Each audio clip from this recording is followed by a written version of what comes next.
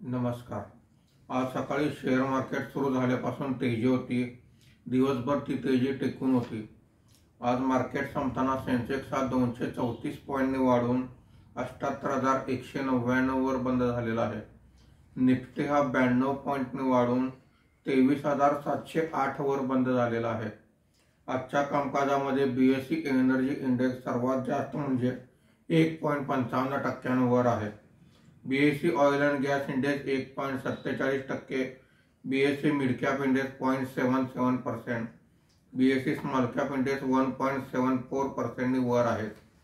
आजच्या कामकाजामध्ये निफ्टीमध्ये वाढलेले मुख्य शेअर्स पुढील प्रमाणे आहेत। ONGC 3.59%, SBI life insurance 3%, HDFC life insurance 2.29%, Tata Motors 2.19% अशी वाढ आहे। आज निफ्टीमध्ये घसरलेले मुख्य शेअर्स पुढील प्रमाणे आहेत। HCL technology 1.90%, Trent 1.77%, TCS 1.63%, Eicher motor 1.39% अशी घसरण आहे। आज एफआयआयने 1,491 कोटी रुपयांची विक्री केलेली आहे। देशीय वित्तीय संस्थांनी 1,615 कोटी रुपयांची खरेदी केलेली आहे। आजपासून डिसेंबर क्वार्टर एंडचे कंपन्यांचे क्वार्टरली रिझल्ट येण्यास सुरुवात झालेली आहे।